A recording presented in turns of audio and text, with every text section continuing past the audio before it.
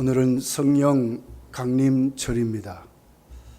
오늘 1절에 있는 말씀 같이 오순절날 성령이 예수 그리스도의 부활을 믿고 주님의 승천을 목격한 하나님의 성도 120문도가 마가의 다락방에 돌아와서 예수님의 말씀 그대로 순종하고 부활하신 예수님은 40일 동안 그들과 함께 하셨지만은 승천 후에 약 한 10일 동안 그들이 마가의 다락방에서 말씀을 순종하고 기도하고 그리고 하나님의 말씀을 나누면서 그런 중에 오순절 날이 됐습니다. 그러니까 10일쯤 오순절 날이 되어서 오늘 1절에 보니까 오순절날이 이름에 성령이 그들 가운데 오셨다, 임하였다, 이렇게 오늘 성경이 우리에게 가르쳐 주고 있습니다.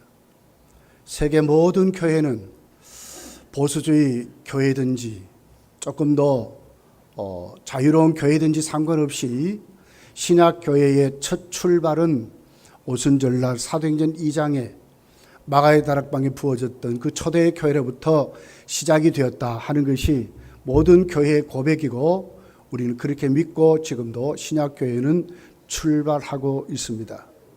이런 교회가 오늘 1절 그대로 신약교회가 오순절날에 성령이 임하심으로 탄생했다 하는 사실을 우리가 오늘 또 이 본문의 말씀으로 우리가 믿을 수 있고 또 그렇게 고백하고 또 우리 신약교회는 출발했다 하는 것을 오늘 우리에게 가르쳐 주고 있습니다.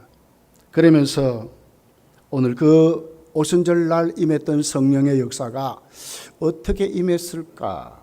어떤 현상으로 그들 가운데 나타났을까? 여기 보니까 2절, 3절에 이렇게 기록을 하고 있어요. 우리 같이 한번 읽어볼게요. 2절, 3절입니다. 시작.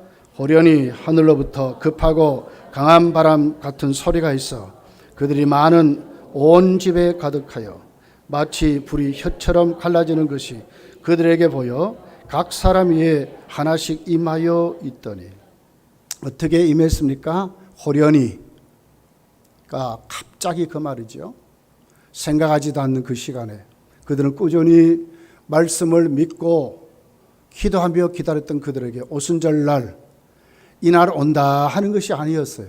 그럼에도 불구하고 호련히 그들 속에 강한 바람이 온 집에 가득했습니다. 그러니까 완전히 사로잡은 것으로 말씀하고 있어요.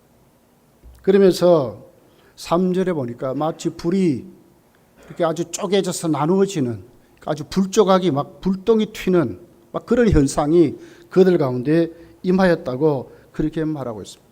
각자 한 사람 한 사람 한 사람 예외 없이 온 집에 가득한 바람 같은 성령이, 불 같은 성령이 그들 각 사람 한 사람 한 사람 머리 위에 임했다 그랬어요. 그러니까 예외 없이 성령의 충만함을 받는 그런 모습들로 기록하고 있습니다. 그런 다음에 어떤 현상이 일어났습니까? 그 무식하던 제자들, 예수님이 아무리 가르쳐 주어도 얼마나 고집스럽고 얼마나 자기중심적이었고 얼마나 세속적인 제자들이 변하기를 시작했습니다.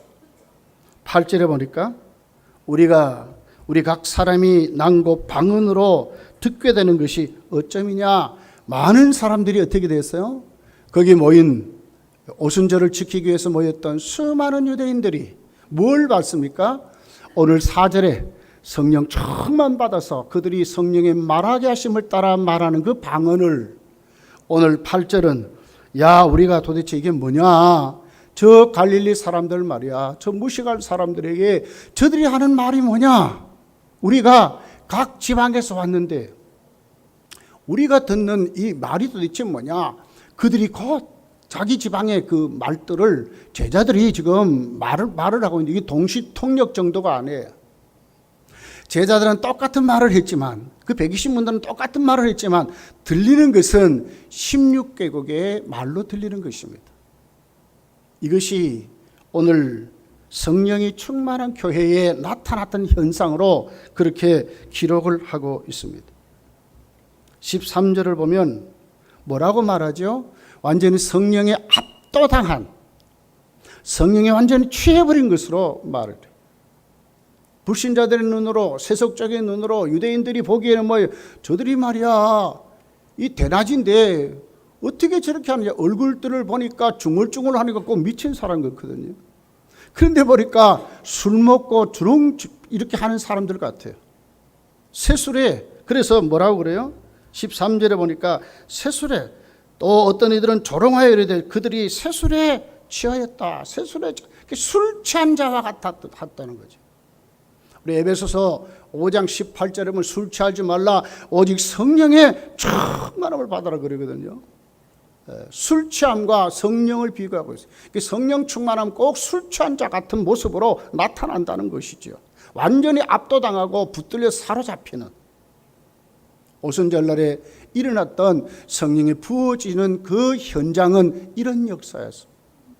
예외 없이 거기 모한 모든 공간에 바람같이 충만히 임했고 각 사람 한 사람 한 사람 머리 위에 꼭 불똥이 튀는 것 같이 불이 말이에요 완전히 쏟아져서 그들 머리 위에 임하여서 그들이 다 성령의 충만을 입었다는 거예요. 그러면 그들의 말이 달라지기를 시작했어요. 성령의 말하겠습니다는 말을 하는데 그들이 말하는 것이 무슨 말이었어요? 방언이었다는 거예요. 그 당시에 통용되던 여러 가지 16개국의 말들을 그들은 동시 통역 없이 그대로 자기 입술로 주렁주렁 외치게 되는 장면을 이렇게 말씀하는 거예요. 그래서 많은 사람들이 그럽니다. 도대체 무슨 현상인가? 저들 대낮에 술 먹고 저러는가? 아주 술 취한 자같이 성령에 완전히 제압당하는 그런 모습들로 기록을 하고 있습니다. 여러분, 오순절 사도행전 2장에 나와 있는 이 사건만이 전부였습니까? 그렇지 않았습니다. 이것은 하나의 전주곡 같은 현상이었어요. 두려움에 벌벌 떨던 제자들 어떻게 변했어요? 마가의 다락방에 쫓겨갔던 제자들이 어떻게 변했어요? 제사장의 종 여자 앞에 3번이나 예수를 맹세하고 저주까지 했던 베드로가 어떻게 변했어요? 베드로 속에 성령이 임하니까 두려움과 그 불안과 그 죽음의 권세에 붙들려 있던 그들이 완전히 변하기를 시작했어요. 담대하게 일어났습니다. 그리고는 그들은 자신 있게 하나님의 말씀을 증거하는 사람들로 변하기를 시작했어요. 당신들이 못 박아 죽인 예수가 바로 부활했다, 살아났다, 하나님이 예수를 살렸다고 당당히 예수 그리스도의 증인의 모습들로 변하는 것을 볼 수 있어요. 여러분, 사도 베드로, 사도 요한, 이 모든 분들이 어떻게 더욱더 담대해지게 됩니까? 사도행전 3장에 가서 보면 한 번도 걷지 못한 장애자를 예수의 이름으로 일으켜서 고쳐주는 장면이 있습니다. 이것 때문에 사람들이 벌떼같이 모여드니까 산헤드린 공회에 정치하던 그 정치꾼들이 보기에 큰일 났구나, 민심이 우리를 향해 있어야 되는데 저들을 향해 있구나 하는 것을 알고 베드로와 요한을 체포해서 이 무식한 놈들 겁주고 말이야, 좀 매질하면 꼼짝 못하겠지, 이렇게 말하는 그들의 현장에 베드로 요한의 모습이 어땠습니까? 사도행전 4장 8절부터 나와 있는 말씀입니다. 이에 베드로가 성령이 충만하여 이르되 그가 백성의 관리들과 장로들아, 만일 병자에게 행한 착한 일에 대하여 이 사람이 어떻게 구원을 받았느냐고 오늘 우리에게 질문한다면 자신 있게 대답하는 겁니다. 무엇의 힘이었어요? 베드로의 힘이 아니에요. 어떤 깨달음에 하나의 극치에 간 것이 아니에요. 성령의 충만함이 오순절날 임했던 그 성령의 역사가 오늘 베드로의 그 가슴 속에 산헤드린 공회에서도 성령의 충만함이 임하니까 베드로가 어떻게 해도요, 그들에게 당당하게 말은, 당신들 나에게 정말 묻는다면 내가 대답해 주겠다. 10절에 보면 이렇게 하면 너희와 모든 이스라엘 사람들은 알라, 너희가 십자가에 못 박고 하나님이 죽은 자 가운데 살리신 나사렛 예수의 이름으로 이 사람이 건강하게 되어 너희 앞에 섰느니라. 얼마나 자신 있고 확실히 말합니까? 예수당에 몰리면 다 붙잡혀서 예수님을 십자가에 못 박아 죽인 그들 아닙니까? 그런데도 당당하게 사도 베드로가 성령 충만하니까 물어봐라. 내가 대답해 주겠다. 너희가 십자가에 못 박아 죽인 그 예수가 살아나셔서 예수의 이름으로 이 사람이 낫게 됐다고 당당하게 말하게 되었다는 거예요. 누구였습니까? 작은 계집종 여인 앞에서도 벌벌 떨고 예수님을 저주하고 맹세까지 했던 그가 새롭게 된 겁니다. 현상만이 있었습니까? 바람이 불고 성령의 불이 그들의 머릿속에 들어간만이 전부였습니까? 아니에요. 성령 충만 받고 보니까 그들이 완전히 달라져 버린 거예요. 삶이 달라지고 생각이 달라지고 가치관이 달라지고 말이 달라지고 행동이 달라지고 느낌이 달라지고 삶의 현장이 달라졌다는 거예요. 환경이 문제 아니에요. 환경이 문제가 아니에요. 환경이 문제가 될 수 없는 거예요.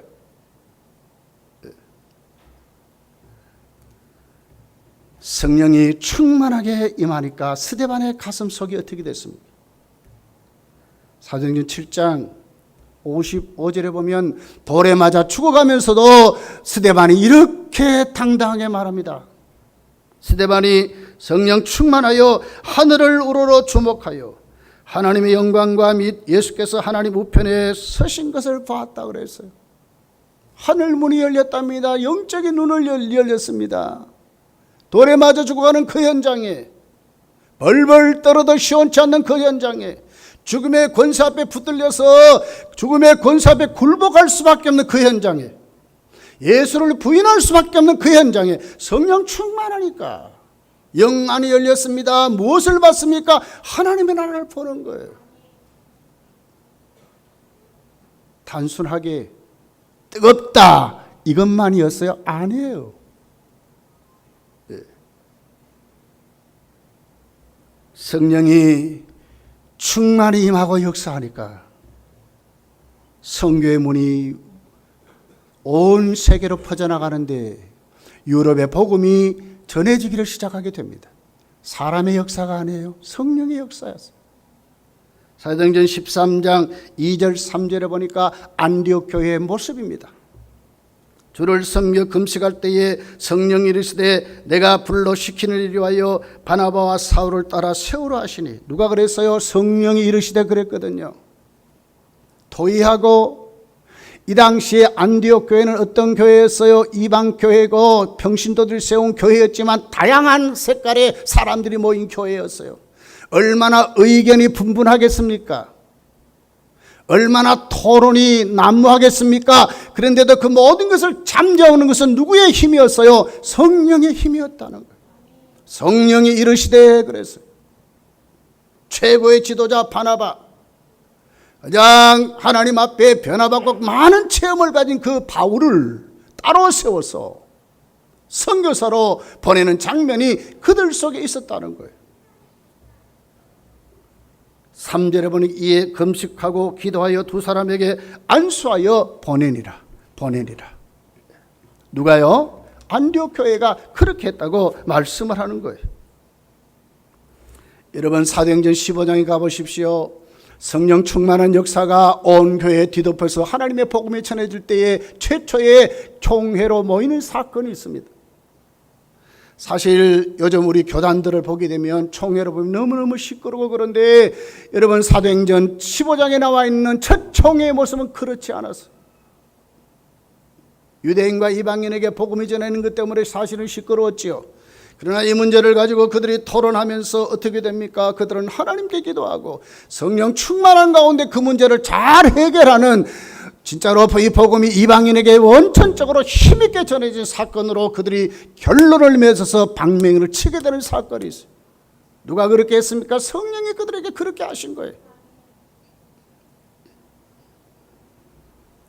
여러분, 성령이 임하지 않은 교회, 죽은 교회입니다. 성령이 임하지 않는 말씀은 죽은 말씀입니다. 성령이 임하지 않는 성도는 장장 마른 떼기 같이 죽은 심령입니다. 성령이 임하면 여러분, 성경이 오늘 사도 베드로가 어떻게 설교합니까? 예수님이 부활하셨다고 말씀합니다.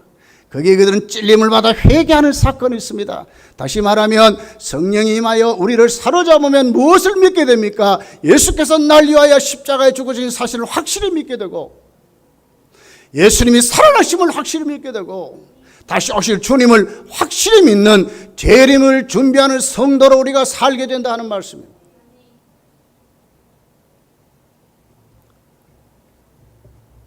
여러분, 오늘 이 오순절 사건은 생생한 하나님의 군대로 회복되는 사건이었고, 온 세계에 새로운 역사가 시작되는 선포하는 날이었고 시작하는 날이었습니다. 에스겔 골짜기에 에스겔서를 읽어보면 특별히 이제 10장부터 나와 있는 내용입니다. 마른 뼈들, 특별히 하나님의 영광이 떠나는 장면들로 쭉 그렇게 기록하고 있어요. 37장에 가서 보면 골짜기에 마른 뼈다귀들이 흩어져 있습니다. 근데 거기에 무엇이 전해지죠? 에스겔을 통하여 하나님은 말씀을 선포하라 합니다. 에스겔아, 이 마른 뼈 조각들이 살 수 있게 되냐? 하나님의 말씀을 증거하라고 합니다. 그랬더니 하나님의 복음을 전하니까 그 마른 뼈다귀들이 어디서 모였는지 서로서로 조립되기를 시작합니다. 그리고 거기에 살이 붙습니다. 그러놓고는 이렇게 말합니다. 하나님의 말씀을 선포하며 성령을 부어 넣으라고 말씀합니다. 하나님의 영이 임하니까 어떻게 됐습니까? 그 마른 막대기 같은 그들이 큰 군대로 일어나는 것을 보게 됩니다. 오순절의 사건은 이런 사건입니다. 마른 뼈다귀 같이 사도들, 제자들은 다 죽은 심령으로 벌벌 떨면서 예수님이 십자가에 죽고 부활했지만은, 그들이 모였지만 그들이 아직 심령 상태는 온전하지 않았어요. 꼭 마른 뼈다귀 같은 그들이었어요. 근데 성령이 임하니까 어떻게 됐어요? 그들 심령 속에 무엇이 들어갔어요? 하나님의 영, 생기가 그들 속에 들어간 거예요. 생명이 살아나기 시작한 거예요. 120문도가 정도가 아니죠. 그 120문도가 하나님 앞에 기도원의 300용사 같이 큰 하나님의 군대로 일어나니까 어떻게 돼요? 사도행전 2장부터 온 세계로 복음이 전해지기 시작하는데 3,000명이 회개가 되고, 3,000명이 회개가 돼요. 오늘 오후 예배 설교를 하려고 그래요. 47절에 보면 수도 헤아릴 수 없는 날마다 믿는 자를 더하니라고 그랬어요. 날마다 믿는 자를 더한다고 그랬어요. 온 세계로 마른 빡대기 같은 그들이, 좌절과 절망 가운데 있던 그들이, 죽음의 권세 앞에 붙들려서 꼼짝 못하던 그들 속에 무엇이 들어갔다고요? 성령이 들어가니까 에스겔 골짜기에 흩어졌던 마른 뼈다귀들이 큰 군대로 일어났던 것처럼, 그런데 하나님의 큰 군대로 시작하기를 시작했다는 거예요. 에스겔은 특별히 이스라엘의 역사를 설명하면서 왜 이스라엘이 망하게 되는가, 성전이 무너지고 왜 이렇게 이스라엘 백성들이 바벨론에게 무너질 수밖에 없었는가, 그 이유를 하나님의 영이 떠난 것으로 설명을 해요. 10장, 11장을 가서 읽어보게 되면 하나님의 영광이 지성소에 있습니다. 그 지성소에 있던 하나님의 영광, 하나님의 영이 어디로 갑니까? 성소로 가게 됩니다. 성소에 있던 하나님의 영광이 어디로 갑니까? 성전 문턱 동문 쪽으로 가서 있습니다. 그들이 회개할 것을 촉구하고 그들이 하나님께 돌아설 것을 촉구하지만 그들의 심령이 죽어있기 때문에 돌아서지 않는 거예요.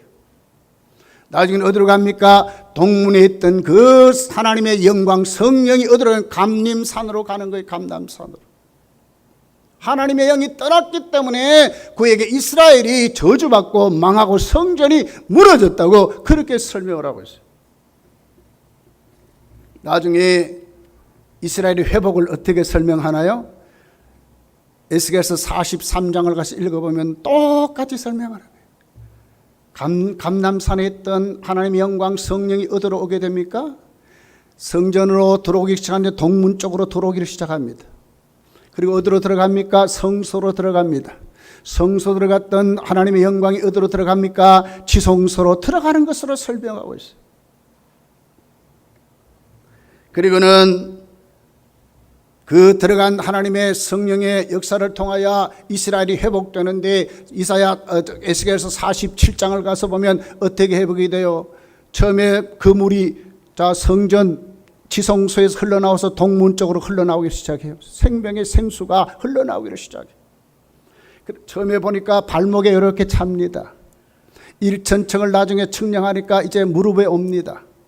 또 측량하니까 어디로 오면 허리까지 옵니다. 나중에는 어디까지 옵니까? 나중에는 빠져서 헤엄칠 수밖에 없는 풍성한 생수의 강을 이루었다고 말씀하고 있어요.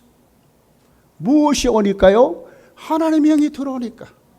하나님의 영이 떠나니까 그들은 망했습니다. 그런데 하나님의 영이 들어오니까 그들에게 어떻게 회복이 됐는데 감당할 수 없을 정도로 풍성한 생수의 강이 그들 속에 생명이 넘쳤다고 말씀하는 거예요. 에스겔서 맨 마지막 장 마지막 절입니다. 에스겔서 48장 35절에 있는 내용입니다. 맨 마지막 절입니다. 무엇으로 말하죠? 여호와의 산마라 하리라. 여호와의 산마라 하리라. 여호와께서 거기 계시니라 그렇게 말했어요. 하나님이 거기 계신다고 하는 거예요. 어떻게 되니까요? 하나님의 영이 들어오니까 그들은 살아나서 하나님이 계시는 진짜 성전이 되었고 그들이 하나님이 계시는 하나님의 백성이 되었다고 그렇게 설명하고 있어요. 천지창조도 하나님이 말씀하실 때 하나님의 신이 수면에 운행함으로 천지가 창조됐던 같이 오순절날 죽은 그들, 절망한 그들, 소망을 잃어버렸던 그들, 좌절했던 그들, 죽음의 권세에 벌벌 떨었던 그들 속에 성령이 임하니까 어떻게 됐다고요? 살아났다 그 말이에요. 여러분 구약의 바벨탑을 한번 보십시오. 구약의 바벨탑은 어떤 사건입니까? 하나님이 그렇게도 앞으로 심판 안 하겠다고 하시는데도 인간이 어떻게 돼요? 우리가 우리 힘으로 하늘 꼭대기같이 한번 닿아서 우리 이름을 내자 하는 이 사건이 바벨탑 사건이에요. 언어가 하나 있던 그들이 하나님이 무섭게 저주합니다. 언어가 혼잡하고 달라졌습니다. 바벨탑을 쌓았던 그들이 어떻게 됐습니까? 벽돌을 올리고 역청을 바르다가 앞뒤 사람의 말이 안 통하는 거예요. 벽돌을 달라 그랬더니 망치를 가져오고 난리를 치는 거예요. 망치를 가져오니까 위에 사람이 그럽니다. 당신 왜 벽돌을 가져앉아? 그리고 또 그 말도 또 못 알아듣는 거예요. 인간의 역사 바벨탑의 사건은 뭡니까? 그들이 이해하지 못하고 갈등과 분열로 살아갔다 그 말이죠. 오순절 사건 전에 신약교회 전에 모든 인간의 삶은 그랬습니다. 서로 이해하지 못하고 분열하고 갈등하고 다투는 그런 사건들로 그런 삶으로 인간이 살았다고 하는 것입니다. 철저히 자기 중심으로 살았어요. 인종, 혈통, 학벌, 지방색, 우리나라도 얼마나 지금 분열하고 있습니까? 이 바벨탑 사건이에요. 여러분, 그런데 성령이 부어지니까 어떻게 됐어요? 하나가 됐어, 하나가. 흩어졌던 이해하지 못한 갈등하고 다투고 서로 미워하고 시기하고 이들이 어떻게 됐어요? 하나가 되버렸어요, 하나가. 자, 우리 한번 봅시다. 오늘 그 9절부터 11절까지 언어가 어떻게 됐어요? 다 다른 언어를 듣지만 그들이 뭐라고 얘기해요? 우리의 말을 듣는도다 이렇게 말하는 거예요. 그러면서 여기에 무엇이 있어요? 지방색이 있습니까? 120문도가 외치고 떠드는데 당신은 사도니까 당신은 평신도니까 이런 게 있습니까? 여기에 누가 높은 사람이 있고 낮은 사람이 있습니까? 여기에 여러분 어떤 나이 많은 사람, 나이 적은 사람 그런 갈등이 있습니까? 전혀 없어요. 성령이 온 집에 바람같이 가득하고 각자 그 머리 위에 성령이 불같이 임하니까 성령 충만 받아서 무엇을 말합니까? 한 목소리를 말하는 거예요. 다른 말 하지 않았어요. 똑같은 말을 하기 시작했어요. 무엇을 말을 했어요? 하나님의 큰 일을 말했다고 말하고 있어요. 여러분, 누가 이 세상에 정말 이런 세계를 만들 수 있습니까?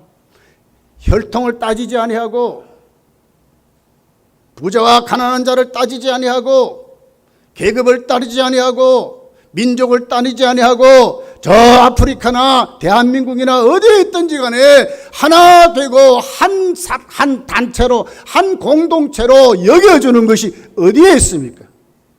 교회밖에 없는 것입니다. 성령이 임하니까 이들이 이렇게 변한 거예요. 나중에 여러분 38절에서부터 쭉 한번 읽어보게 되면 그들이 회개하기 시작합니다. 3,000명이 예수를 믿습니다. 그럴 때 뭘 따졌습니까? 누구든지 주의 이름을 부르는 자는 구원을 받는다. 예수밖에 없었던 거예요. 무엇이 이들을 그렇게 만들었습니까? 신약 교회는 오순절 성령이 임함으로 시작됐는데 이 교회는 온 세계의 새로운 역사를 시작했다고 하는 거예요. 하나 될 수 있는 역사. 예수 안에 한 공동체로 만드는, 정말 사랑의 단체로 만드는, 모든 문제와 갈등이 다 해결되는 그런 세계 역사를 시작을 어떻게 했다고요? 오순절에 임했던 성령의 역사를 통하여 시작이 됐다는 거예요.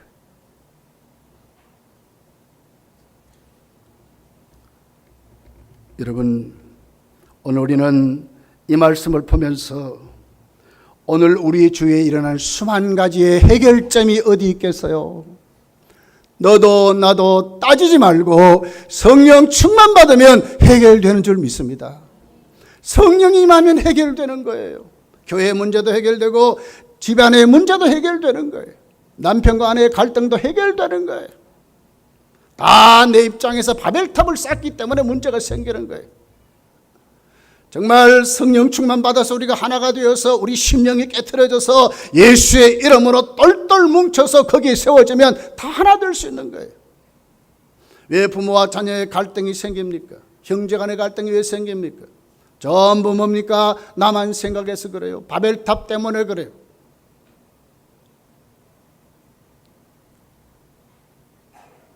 오늘 이들 속에 일어났던 이 역사, 사도 베드로는 이렇게 말씀합니다. 16절부터 이는 곧 선지자 요엘을 통하여 말씀하신 것인 일러스되 하나님이 말씀하시기를 말세에 내가 내 영을 모든 육체에 부어주리니 너희 자녀들은 예언할 것이요 너희의 젊은이들은 환상을 보고 너희의 늙은이들은 꿈을 꾸리라.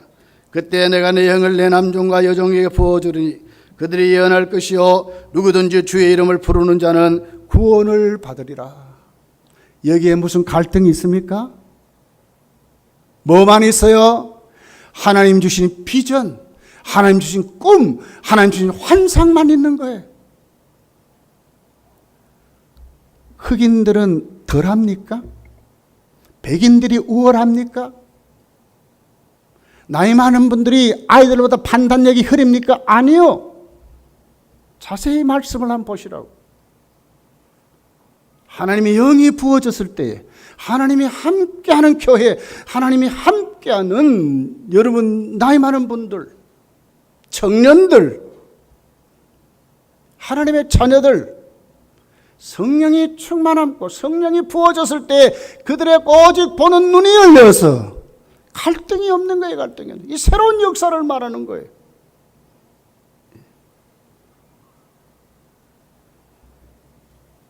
사랑하는 여러분, 오늘 우리는 이 말씀에 정말 눈을 떠야 될 줄 믿습니다. 우리 자신들이 정말 오늘 또 이 성령의 충만한 교회의 모습을 바라보고 나는 어떤 모습으로 지금 섬기고 어떤 모습으로 나는 내 가치관을 가지고 있는가를 한번 이 말씀에서 우리가 생각해 봐야 되는 것입니다. 나는 예수를 믿어도 별 볼 일 없더라. 왜 별 볼 일 없습니까? 성령이 임하면 사람이 달라지는데요. 확실히 해야 될 일이 생기는데요. 나는 예수를 믿고 건당교회 다녀보니까 이것저것 너무나 이런 사람은 이렇고 저런 사람은 이렇고 왜 우리가 그러고 그렇게 됩니까? 그렇지 않습니다. 성령의 충만함이라는 말은 사로잡힌다는 말이거든요.